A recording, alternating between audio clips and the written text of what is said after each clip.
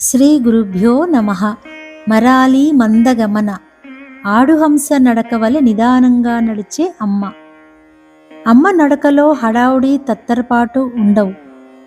ఆడుహంసల నడకలు ఉండడం ఉత్తమ జాతి స్త్రీ సాముద్రిక లక్షణం. హంసల నడక టీవీగా నిదానంగా ఉంటుంది. ఆడుహంసల నడక మరింత అందంగా ఉంటుంది. మందగమనమే మగువలకు మర్యాదలంకారం. బుద్ధుని శిష్యురాలు విశాఖ వలె. విశాఖ అనే అమ్మాయి బిందెతో నీళ్లు తెచ్చుకోవడానికి నదీ తీరం వెళ్ళినప్పుడు జోరున వర్షం పడుతుంది. అందరూ పక్కనే ఉన్న మండపంలోకి పరుగులు తీస్తారు. కానీ విశాఖ మాత్రం నిదానంగా నడుచుకుంటూ మండపంలోకి వస్తుంది. నిదానంగా నడవడం వల్ల తడిచిపోతుంది. అక్కడే ఉన్న ఓ పెద్దాయన మందలిస్తాడు.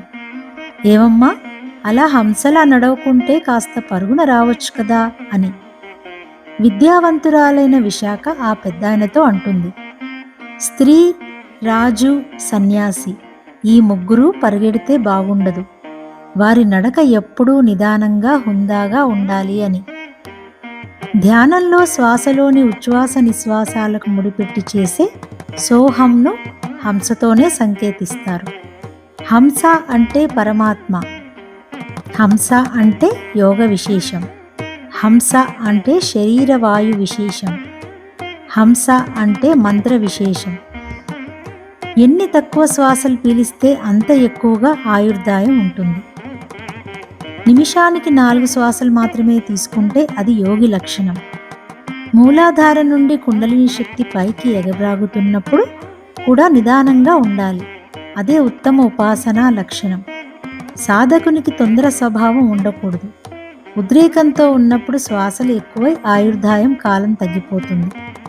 మనలో ప్రాణరూపిణిగా మందగమనం చేస్తోంది అమ్మ. ఆ మందగమనం యోగులకు మాత్రమే అనుభవం. మనం నుదుటిన కుంకుమ పెట్టుకుంటున్నా, లలితా సహస్రం చదువుకుంటున్నా, అమ్మకు పూజ చేసుకుంటున్నా మెల్లగా చేయవలసి ఉంటుంది. అమ్మ ఆరాధకులకు తొందరపాటు కూడదు అని ఈ నామం యొక్క భావం.